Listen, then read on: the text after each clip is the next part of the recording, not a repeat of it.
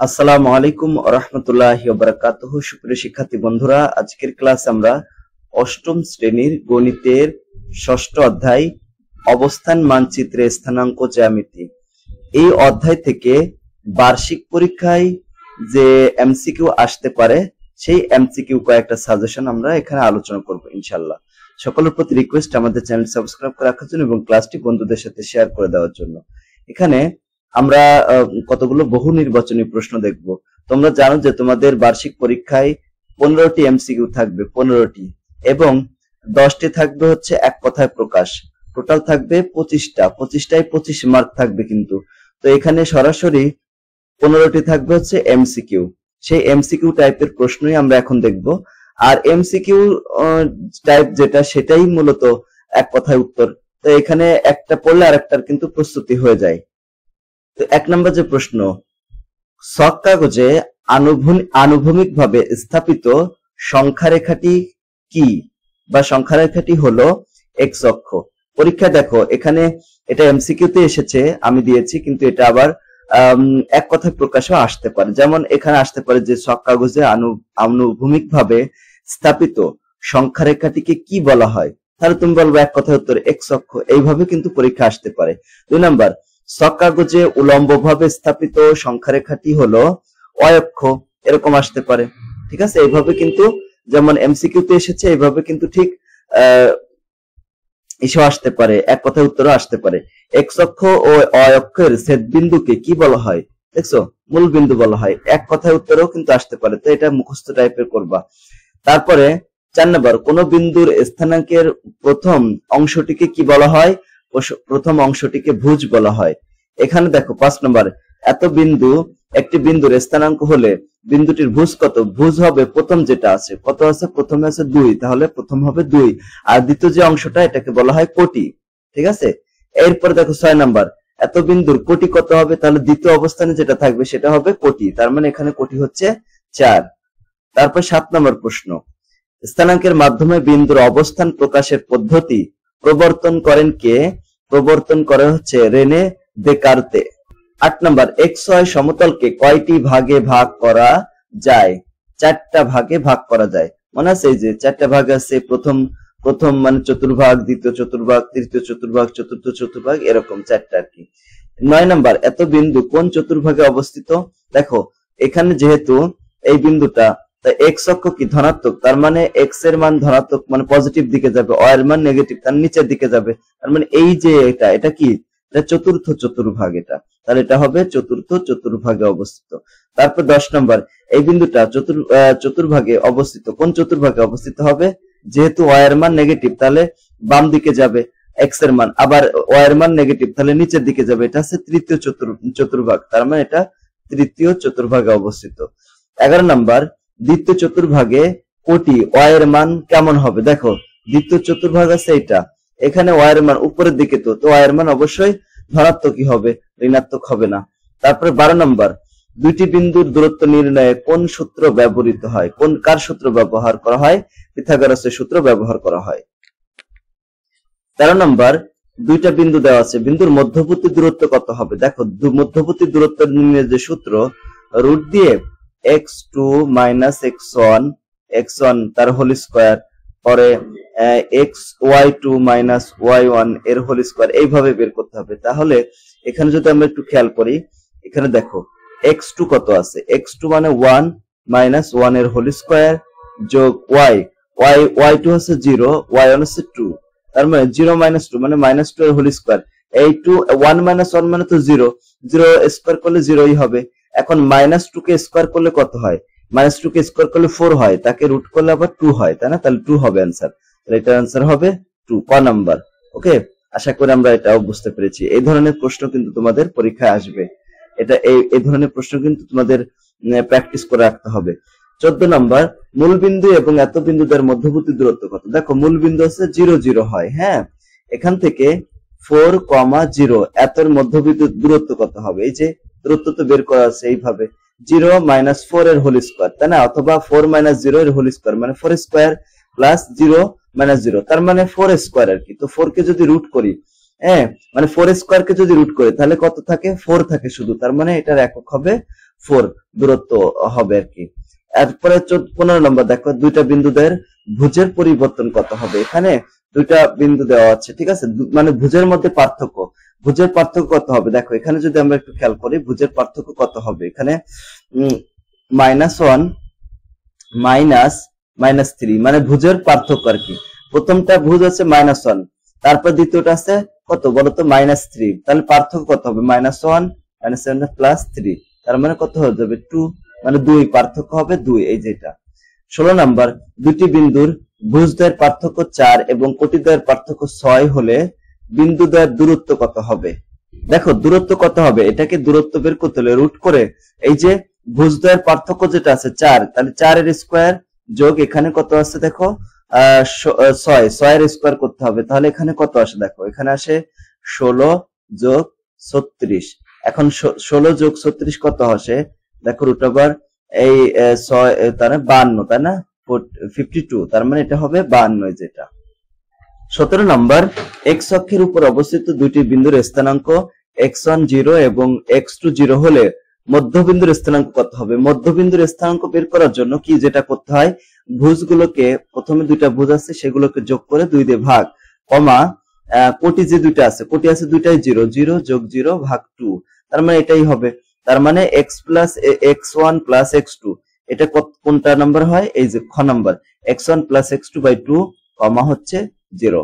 18 number, দুইটা বিন্দু দেওয়া আছে, বিন্দুদ্বয়ের মধ্যবিন্দুর স্থানাঙ্ক কত হবে। মধ্যবিন্দুর স্থানাঙ্ক কত হবে, তাহলে এই যে ভুজ দুইটা দেওয়া আছে দুইটাকে যোগ করে 2 দিয়ে ভাগ, যোগ কমা হচ্ছে 0 যোগ 0, ওটা 0ই হবে। তাহলে দেখো 2 আর 6 যোগ করলে কত হয় 8, 8 কে 2 দিয়ে ভাগ করলে হয় 4, তার মানে 4,0, এটা হচ্ছে গ নাম্বার হবে। তারপরে 19 নাম্বার, দুইটা বিন্দুর মধ্যবিন্দুর ভুজ কত হবে। দেখো মধ্যবিন্দু আগে বের করে নিতে হবে, -4 যোগ হচ্ছে 6 ভাগ 2, 0। এখন দেখো 6 থেকে 4 চলে গেলে কত থাকবে, 2, 2 কে 2 দিয়ে ভাগ করলে 1 হয়, 1,0, 1,0, তার মানে ভুজ কত হবে, ভুজ হবে 1, ঠিক আছে, 1, এই যেটা হলো। তারপর দেখো 20 নম্বর, মূল বিন্দু এবং এত বিন্দুদ্বয়ের মধ্যবিন্দুর স্থানাঙ্ক কত হবে। মূল বিন্দু মানে 0 0 0 0, আর এই বিন্দুটা কত, এই বিন্দুটা হচ্ছে 0, -6।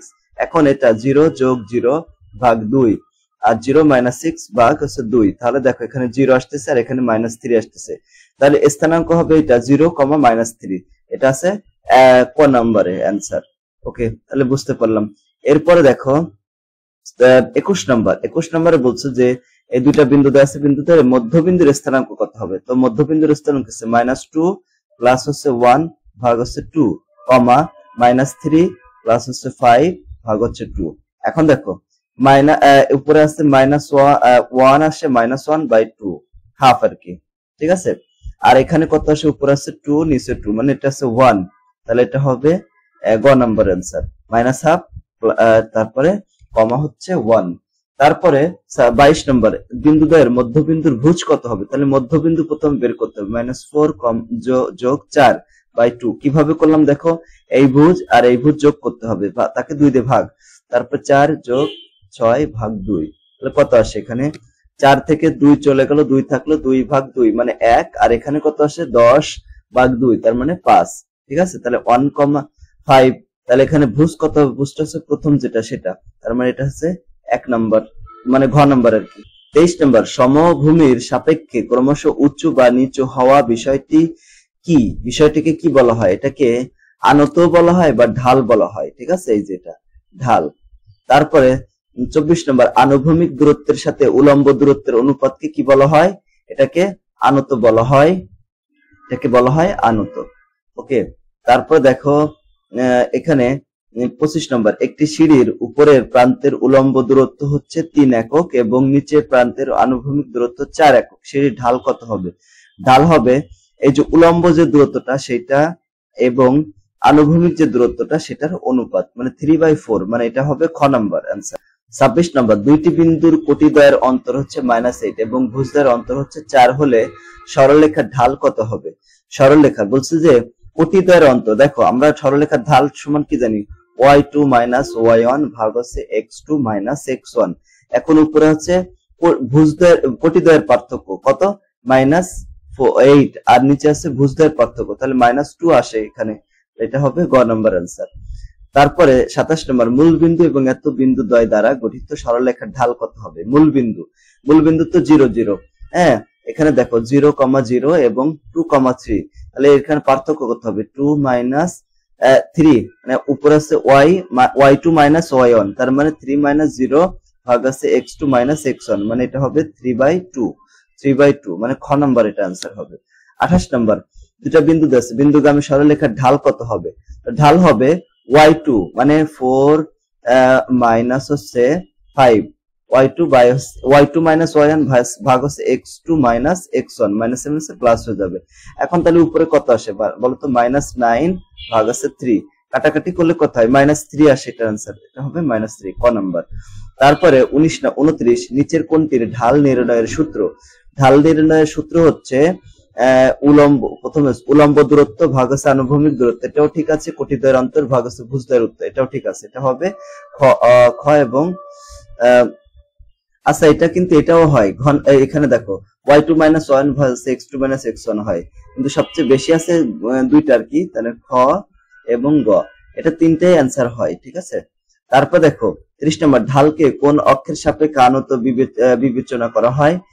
x অক্ষের সাপেক্ষে বা x অক্ষের সাথে আনত বিবেচনা করা হয়। যেমন দেখো ঢাল বলা হয়েছে x অক্ষের সাথে যে ধনাত্মক দিকের সাথে যে কোণ তৈরি করা হয় সেটাকে ঢাল বলা হয়, মানে তার ট্যানজেন্টকে, মনে করো এখানে 30 ডিগ্রি কোণ তৈরি হলো, তাহলে ট্যান 30 ডিগ্রি যেটা, সেটা হবে সেকেন্ড ঢাল, তাই x অক্ষের সাথে আনত বিবেচনা করা। 31 নম্বর, নিচের কোনটি x অক্ষের সমান্তরাল রেখার সমীকরণ? x অক্ষের সমান্তরাল রেখার সমীকরণ y = 2। তারপরে x অক্ষের সমান্তরাল সরলরেখার উপর অবস্থিত বিন্দুগুলোর কোটি কেমন? x অক্ষের উপর অবস্থিত, দেখো x অক্ষের উপর অবস্থিত যতই বিন্দু থাকুক না কেন, ঠিক আছে, বলছে যে x অক্ষের সমান্তরাল সরলরেখার উপর অবস্থিত বিন্দুগুলোর, এখান থেকে x অক্ষের সমান্তরাল এই যেটা, কোটির মান সবগুলো কি হবে? সমান হবে। এখানে সমান্তরাল, এখানে সমান্তরাল, সব জায়গার কি কোটি সমান, তার মানে এটা সমান হবে। তারপর 33 নম্বর, কতগুলো বিন্দুর কোটি সমান হলে সরলরেখাটি কোন অক্ষের সমান্তরাল হবে? অবশ্যই সেটা x অক্ষের সমান্তরাল হবে। 34 নম্বর, কতগুলো বিন্দুর প্রতিটি বিন্দুর কোটি y = 3, সরলরেখাটি কেমন হবে? সরলরেখাটি হবে x অক্ষের সমান্তরাল। তারপর দেখো নিচের কোনটি y অক্ষের সমান্তরাল সরলরেখার সমীকরণ? y অক্ষের সমান্তরাল সরলরেখার সমীকরণ হচ্ছে x = -2, ঠিক আছে, x = -2, এটা সমীকরণ। তারপরে 36, y অক্ষের সমান্তরাল সরলরেখার উপর, মানে এটা দেখো এইটার সমীকরণ হচ্ছে x + a = 0, এরকম যদি হয় তাহলে সেটা হবে y অক্ষের সমান্তরাল সরলরেখা। তাহলে এখানে x সমান কত হয়? তাহলে -a হয়, আর এখানে -2 আছে। y অক্ষের সমান্তরাল সরলরেখার উপর অবস্থিত বিন্দুগুলোর ভুজ কেমন হবে? ভুজ হবে সমান, এখানেও ভুজ সমান হবে। 37 নম্বর, কতগুলো বিন্দুর ভুজ সমান হলে সরলরেখাটি কোন অক্ষের সমান্তরাল হবে? y অক্ষের। 5 বিন্দুর প্রতিটির ভুজ x = -1 বিন্দুগুলো দ্বারা গঠিত সরলরেখার সমীকরণ হবে y অক্ষের সমান্তরাল হবে। তারপরে দুইটা বিন্দু আছে, বিন্দুগামী সরলরেখার সমীকরণ কত হবে? দেখো বিন্দুগামী সরলরেখার সমীকরণ কত হবে? দেখো যে সূত্র আমরা জানি, x - x1 ভাগ হচ্ছে x1 - x2 সমান y - y1 ভাগ হচ্ছে y1 - y2, এটা হচ্ছে সূত্র। এখন এখানে x - x1 এর মান কত? দেখো x1 এর মান হচ্ছে -1, -a তাহলে +1 হয়ে যায়, ভাগ x1 এর মান কত? -1 মাইনাস